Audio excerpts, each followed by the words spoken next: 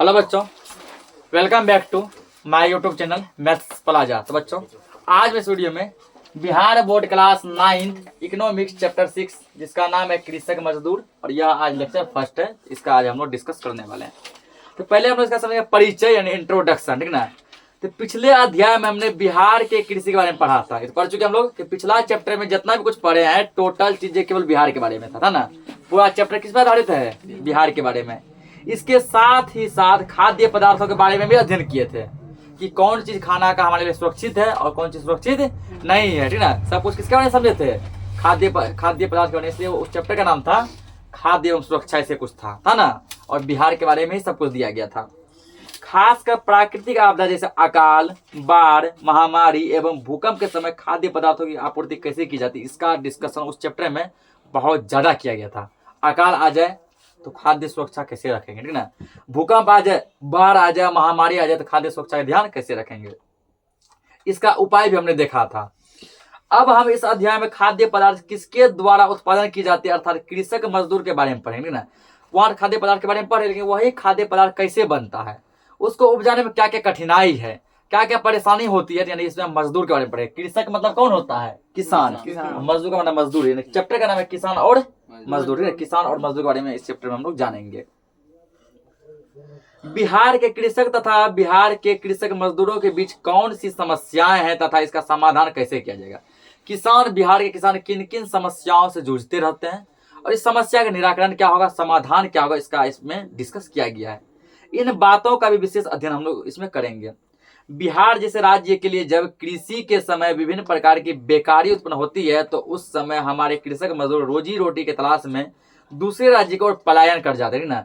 अभी जैसे इलेक्शन जो चल रहा है बिहार में, तो बहुत सा सरकार जो है वोट मांगने का यही जरिया उसका है, जो कह रहे हैं कि अगर आप हमको जिताते हैं, अगर आप मेरा सरकार बनाते हैं, हम क्या करेंगे, आपके पलायन को बंद कर देंगे। कहते हैं ना, पलायन का मतलब होता है अपने राज्य छोड़कर काम की तलाश में दूसरे राज्य जाना। तो पलायन किसे कहते हैं?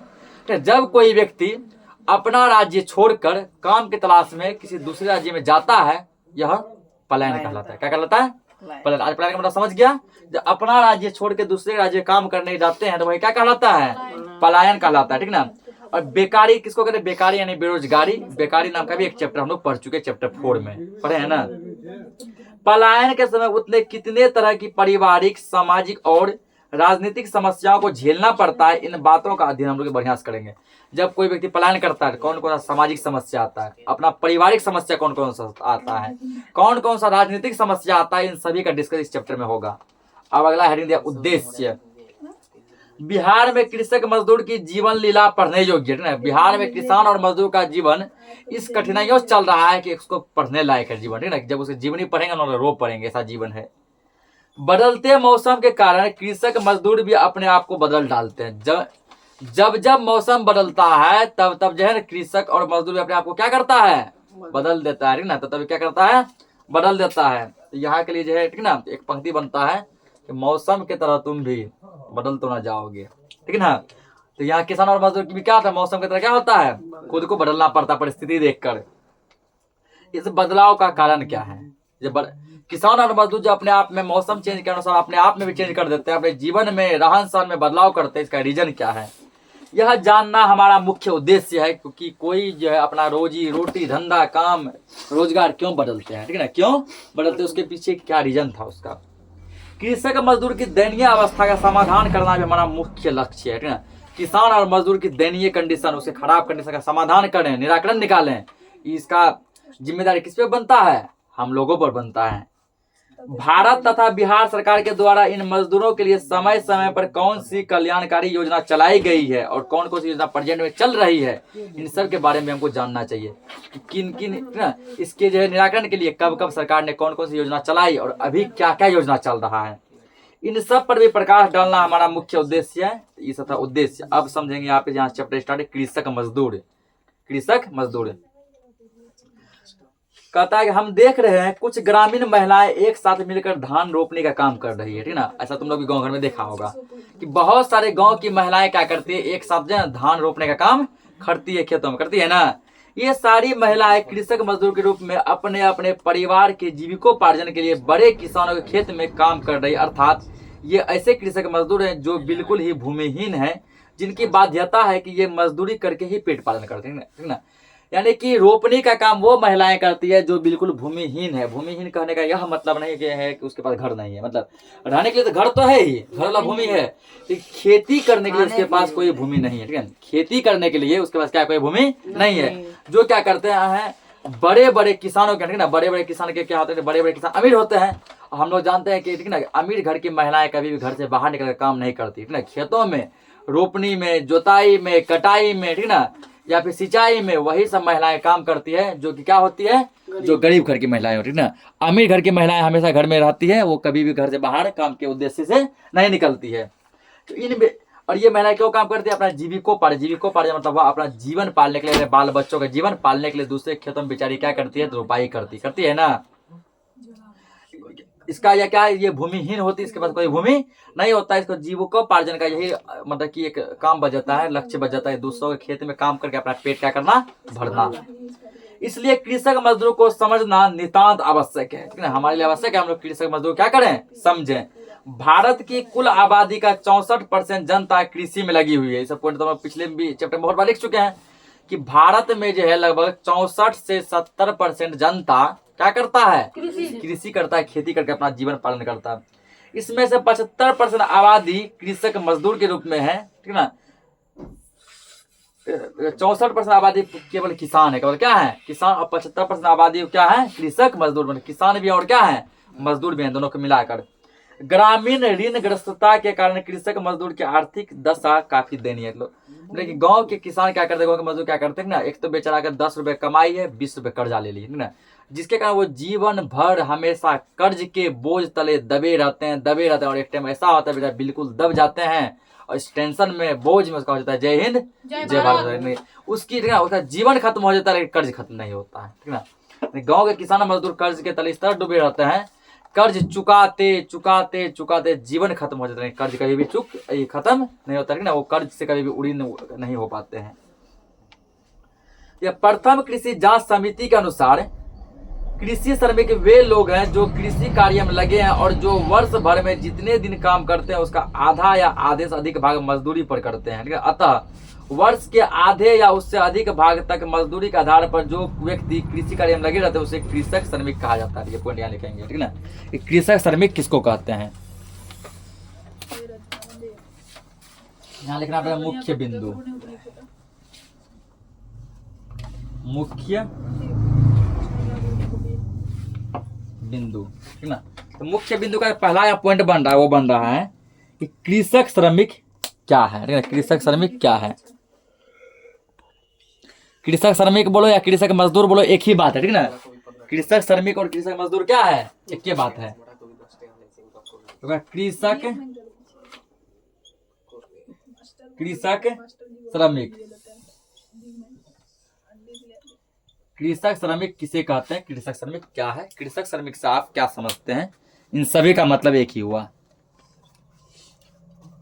पहले इसका लिख लो डेफिनेशन, फिर समझेंगे इसको हम लोग। वर्ष के आधे या उससे अधिक भाग तक, वर्ष के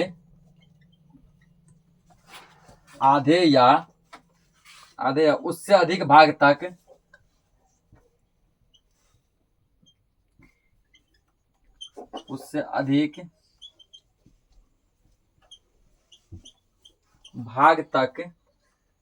मजदूरी के आधार पर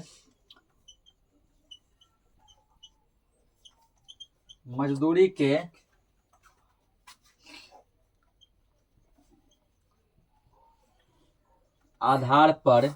के आधार पर जो व्यक्ति कृषि कार्य में लगे हो, जो व्यक्ति कृषि कार्य में लगे हो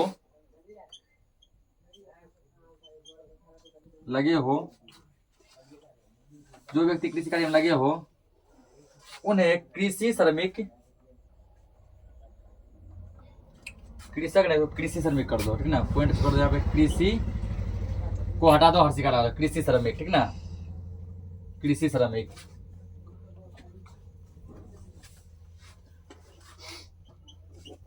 यानी कि उन्हें कृषि श्रमिक कहते हैं।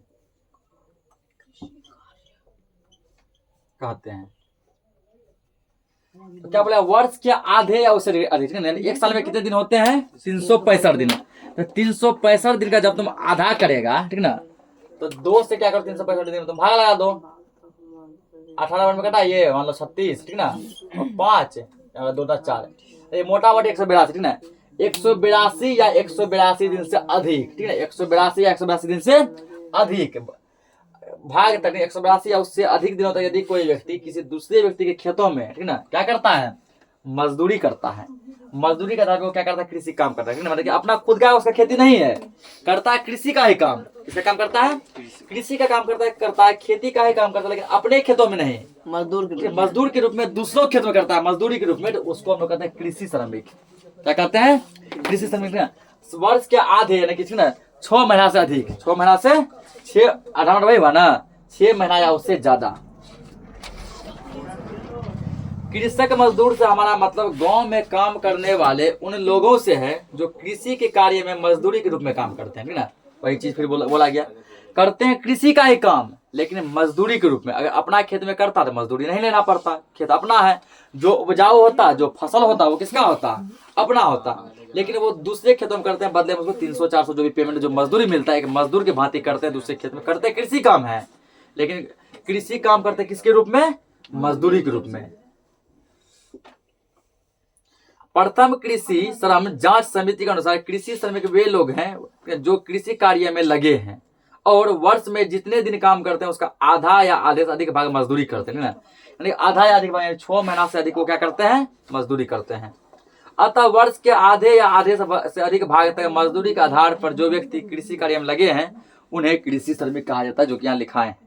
ठीक, भारतीय ग्रामीण जनता का एक बड़ा भाग इन्हीं कृषक मजदूर का है। भारत में जो है गांव में रहने वाले, भारत के गांव में रहने वाले अधिकतर लोग क्या है? कृषक मजदूर है ना।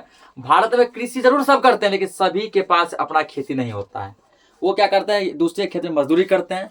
कुछ व्यक्ति क्या करते हैं, अपना खेती नहीं होता दूसरे का खेती लीज पे लेते हैं ना, जिसको बटैया वगैरह क्या क्या गाँव घर में अलग अलग नाम देता है ना, कि बटैया की जो भी फसल होगा आधा हम लेंगे आधा तुमको देंगे, ठीक ना, ये सब होता है। कितना को दूसरा कहने का मजदूर ये करता है, ये सब देखने को मिलता है।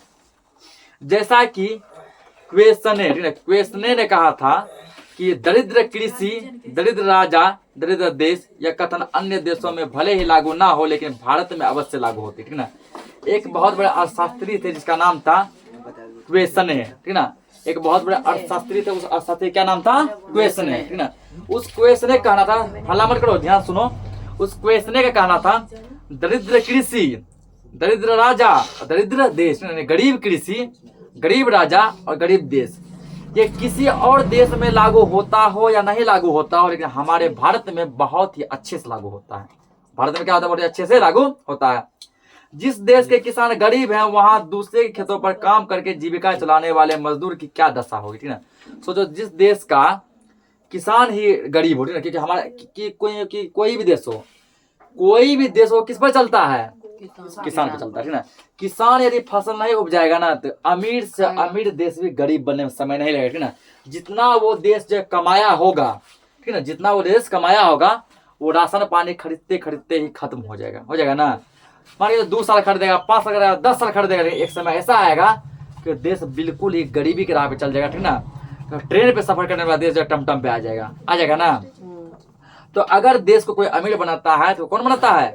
किसान बनाता है। अगर समझो जिस देश का किसान ही गरीब हो, ठीक ना, जहां जो दूसरे खेत में काम करके लोग अपना जीवन पालता हो, उस देश की क्या दशा होगी और उस देश के मजदूर की क्या दशा होगी, ठीक ना।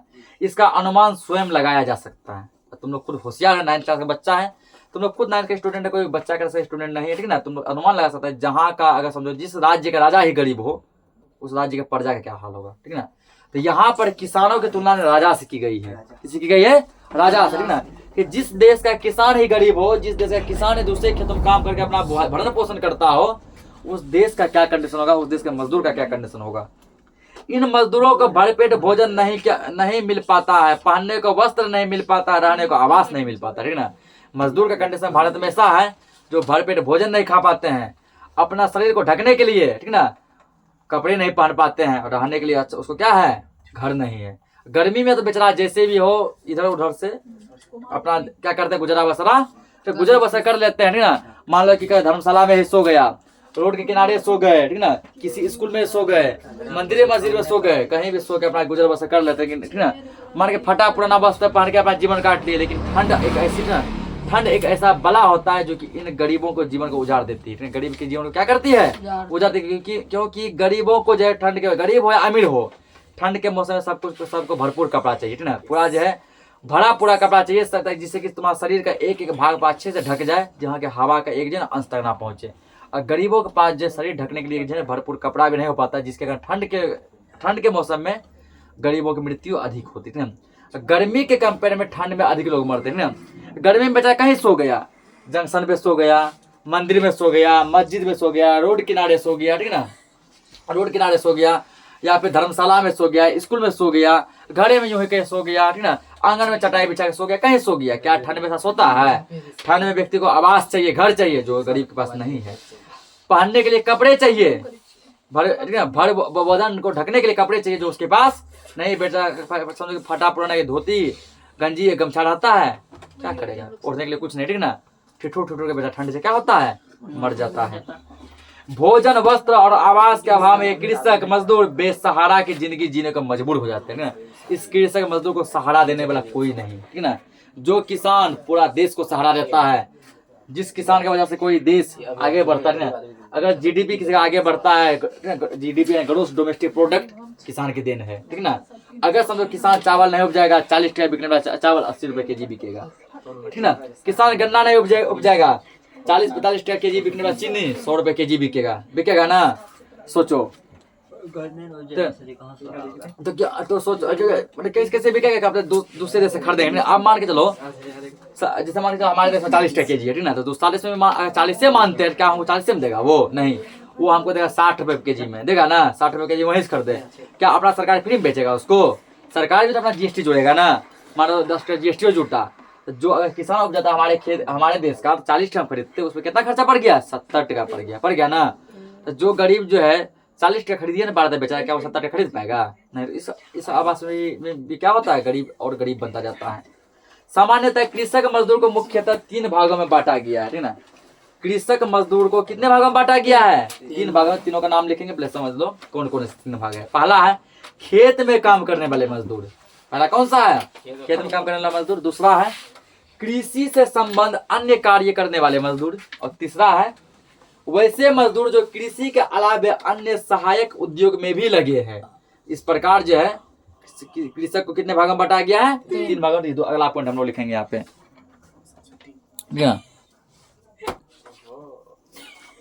समझिए। अगला पॉइंट लिखेंगे 2 नंबर। देखो कृषक मजदूर को, कृषक मजदूर को 3 भागों में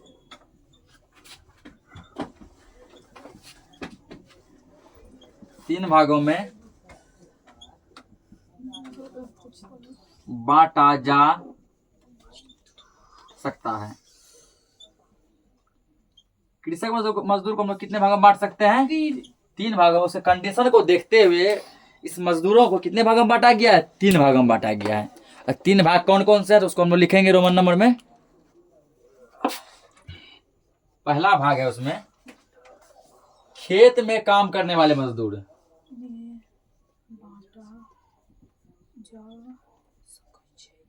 खेत में काम करने वाले मजदूर, बांटा जा सकता है मजदूर, ठीक ना। और दूसरा है ठीक ना, कृषि से संबंध। पहले इसको लिख लेते हैं, फिर सब पे हम लोग डिस्कस करेंगे। अभी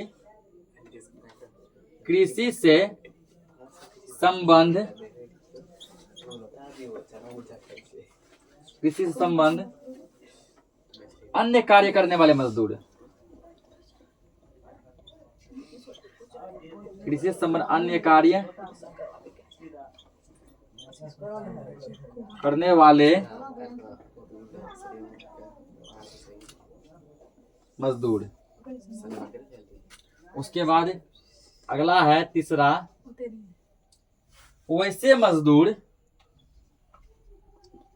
वैसे मजदूर जो कृषि के अलावे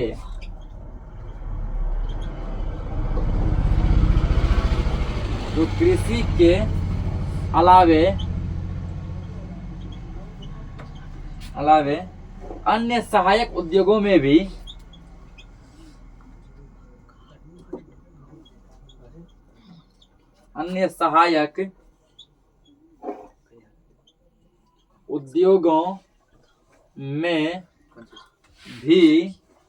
लगे हुए हैं,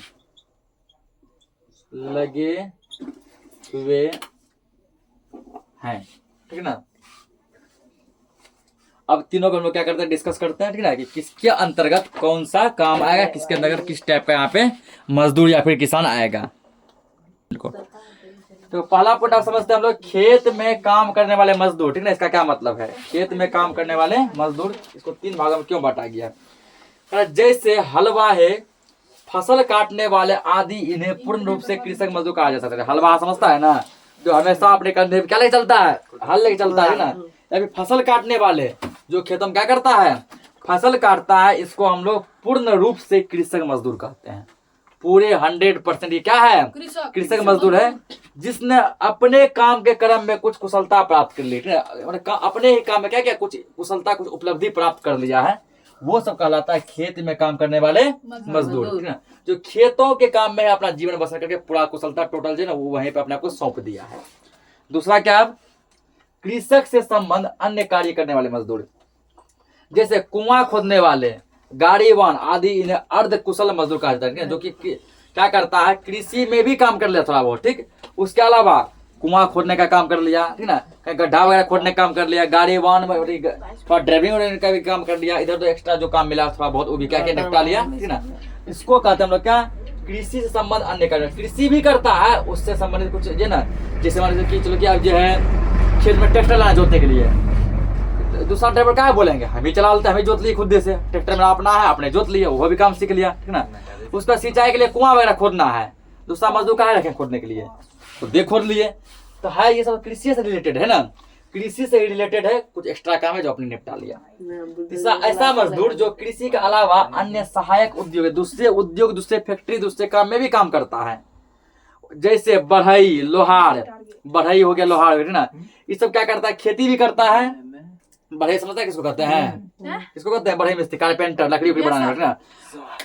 लगभग कारपेंटर क्या करता है ना, खेतियों करता है, साइड से खेती भी चल रहा है, अपना फर्नीचर का दुकानों खोल लिया है, जो मोटर का खा रहा है, लोहार, ठीक ना, अपना साइड से खेती भी चल रहा है, वहां से अर्निंग हो रहा है। और एक लोहार का क्या किया, दुकान खोल दिया आराम से ना, सब कुछ उधर बेचियो रहा है, बना रहा है।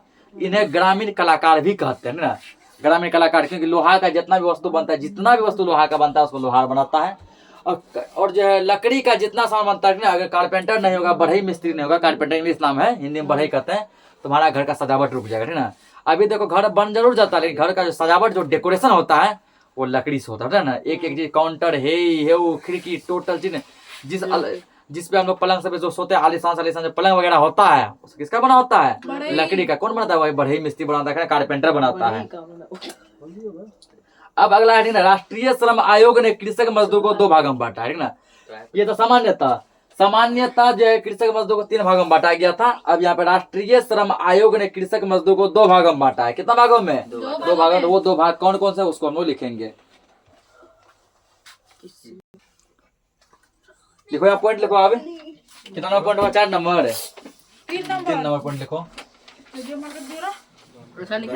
हल्ला मत कीजिए। राष्ट्रीय श्रम आयोग ने, राष्ट्रीय श्रम आयोग ने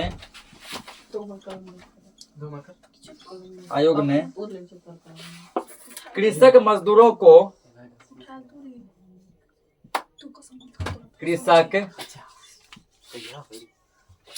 अरे समझो यहाँ पे ले, मजदूरों को 2 भागों में बांटा है। दो भागों में बांटा है। दो दो भाग कौन कौन सा उसका नाम लिखेंगे?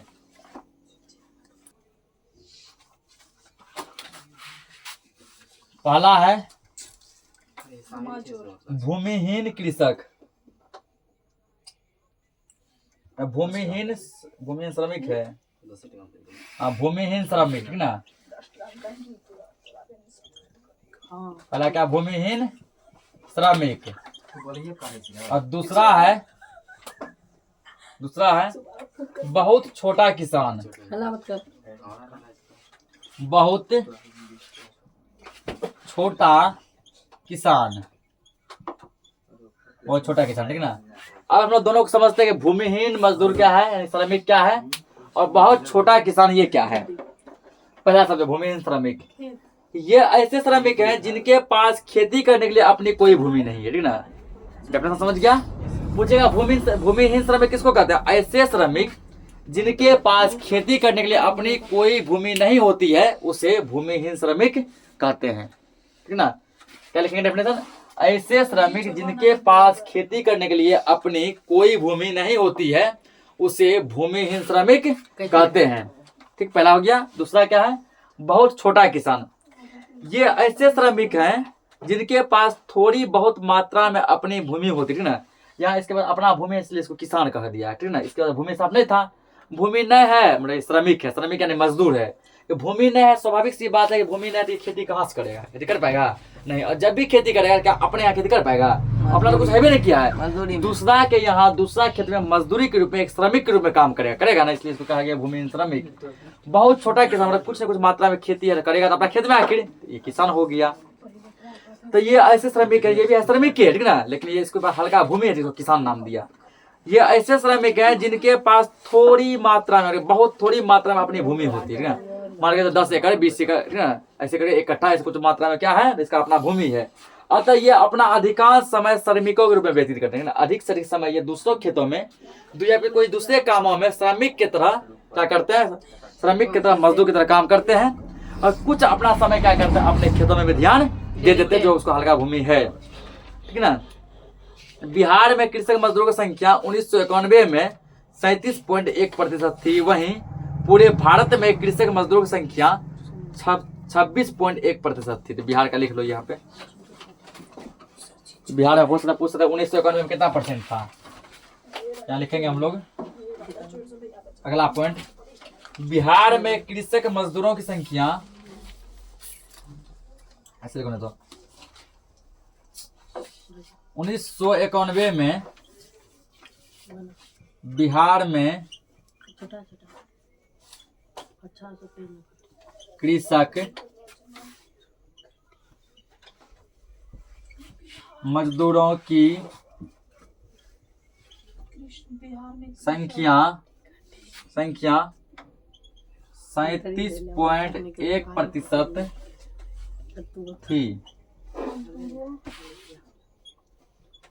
वहीं पूरे भारत में कृषक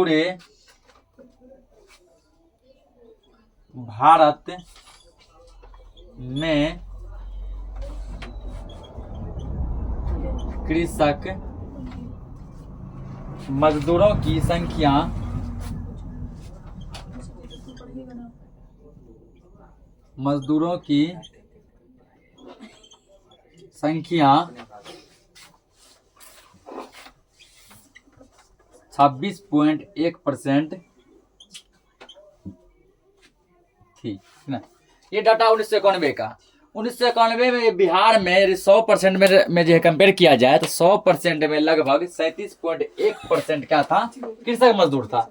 यदि पूरे इंडिया के डाटा को देखा जाए ना, पूरे इंडिया को में यदि यानी इंडिया तो हर राज्य आ गया, पूरे इंडिया में यदि 100% में देखा जाए तो 26.1% व्यक्ति क्या था, कृषक मजदूर था। कब? तो 1991 में, 1991 के जनगणना के अनुसार।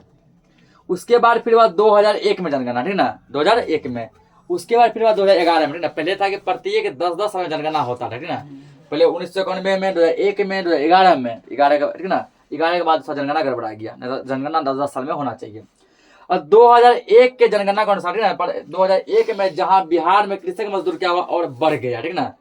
जो कि 37.1 से सीधा हो गया 48%। बताओ, मजदूर ज्यादा बढ़ गया, रोजगार तो ज्यादा नहीं मिला, लेकिन इन 10 साल के क्रम में 1991 से 2001, 1991-2001 इन 10 साल के क्रम में लोगों को रोजगार वगैरह नहीं मिला, अपना कोई बिजनेस नहीं मिला, बल्कि लोग और किसकी संख्या बढ़ गई? कृषक मजदूर की।